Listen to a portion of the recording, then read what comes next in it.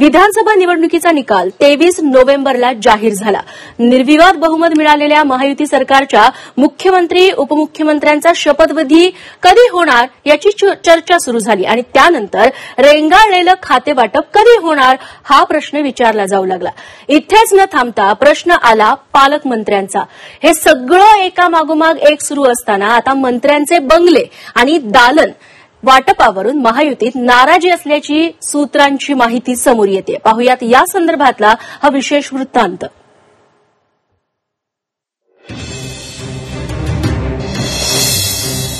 महायुतीत नाराजीचे बंगले, बंगले वाटपावरून मंत्र्यांमध्ये धुसफूस, बंगले वाटपात भेदभावाचा भाजपवर आरोप। महायुतीच्या मंत्रिमंडळ विस्तारात सुरू झालेली नाराजी संपता संपत नाहीये। खाते वाटपातही अनेक मंत्र्यांनी खासगीत नाराजी व्यक्त केली। नाराजीचा तो अंक दालन वाटप आणि बंगले वाटपात देखील पाहायला मिळाला। बंगले वाटताना चांगले मोठे प्रशस्त आणि मोक्याचे बंगले भाजपच्या मंत्र्यांना देण्यात आल्याचा आरोप खासगीत करण्यात आला। दुय्यम दर्जाचे बंगले शिवसेना आणि राष्ट्रवादीच्या नेत्यांना दिल्याचा आरोप करण्यात आला। शिवसेनेच्या भरत गोगावले आणि प्रताप सरनाईकांना स्वतंत्र बंगला देण्याऐवजी फ्लॅट देण्यात आला। जाहीररित्या यावर कुणीही बोलायला तयार नाहीये। मुख्यमंत्र्यांचं दालन मिळाल्यासारखं वाटतंय। प्रताप सरनाईकला परिवहन मंत्री म्हणून एवढं मस्त आलिशान कॅबिन मिळालंय। ठीक आहे, आता त्याचं रिनोव्हेशन आपण करू।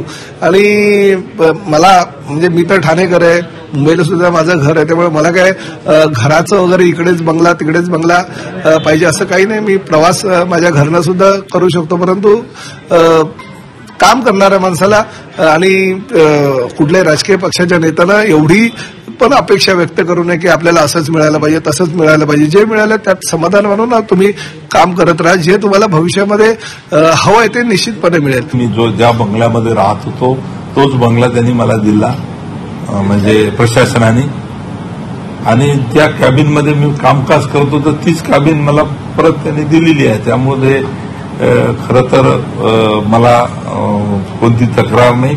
आणि दुसरी गोष्ट, खात्याच्या संदर्भात मी समाधानी आहेच, कारण या खात्याच्या माध्यमातून मृद व जलसंधारण विभागाच्या माध्यमातून एक चांगलं काम या ठिकाणी दुष्काळमुक्त महाराष्ट्र करण्यासाठी मला करता येईल। दालनांवरून शिवसेना मंत्र्यांमध्येच नाराजी दिसून येते।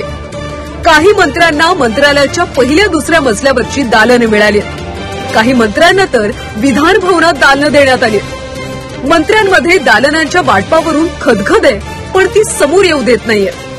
कोणतंही दालन असलं, कोणताही बंगला असला, त्यामुळे मंत्री असलेल्या पदाला कुठे धक्का लागत नसतो। म्हणून तुम्ही कोणत्या दालनामुळे आम्ही नाराज असण्याचं मला तरी वाटत काही कारण नाही। आता काही अधिक मंत्र्यांना वाटतं की थोडासा चॉईसचा भेटला असता तर बरं आहे, परंतु सर्वांना ते देता येत नाही, हे तेवढं सत्य आहे। कुठंतरी एक फ्लॅट वगैरे दिलेला आहे, त्याच्याकडे आणखी मी पाहिलेलं नाही, परंतु जे काही सरकारने जे दिलेलं आहे त्याबद्दल आम्ही समाधानी आहोत। त्याबद्दल वाद घालण्याचं काही कारण नाही। फ्लॅट दिले आणि बंगले दिले त्याच्यात कुठली नाराजी नाहीये, आता तुम्हीच सांगताय मला, कारण कधी नव्हे ते 42 जणांचं मंत्रिमंडळ पहिल्यांदाच झालंय। पूर्ण क्षमतेचं मंत्रिमंडळ महाराष्ट्राच्या मंत्रिमंडळाचं अस्तित्व आलेलं आहे, त्याच्यामुळे आहे ते दालनं सगळ्यासाठी उपलब्ध करून दिले। आणखी काही दालनाची आवश्यकता आहे, त्याच्यामुळे जेवढे दालन उपलब्ध झालेत निवासस्थान तेवढे सगळ्यांना दिलेले आहे। विधान परिषदेचे विरोधी पक्षनेते अंबादास दानवेंनीही बंगल्यांवरून सत्ताधाऱ्यांची फिरकी घेतली आहे। ही नाराजी अशीच चालत राहणार आहे। अजून तर बऱ्याच गोष्टी यायच्या, आता पुढे निधी वाटप वगैरे वगैरे सगळे विषय होतील ना, त्यावेळेस कळेल। मग ह्या मंत्र्यांचे निर्णय मुख्यमंत्री कसे होऊ देतात की नाही होतात कळेल यांना। अजून खरा हिंगा तर पुढे अजून तरी सुरुवात आहे। निर्णय घेता येतात का ह्या मंत्र्यांना पाहू आपण। सरकार बहुमताचं आहे, त्यामुळे नाराजी व्यक्त करताना ती जाहीरही करता येत नाही। अन्यथा दालनासह बंगला आणि मंत्रीपदही हातचं जाण्याची शक्यता जास्त आहे। त्यामुळे सध्याची नाराजी फक्त धुसफुशीच्या पातळीवरच असल्याचं सांगण्यात येत आहे। ब्युरो रिपोर्ट, झी 24 तास, मुंबई।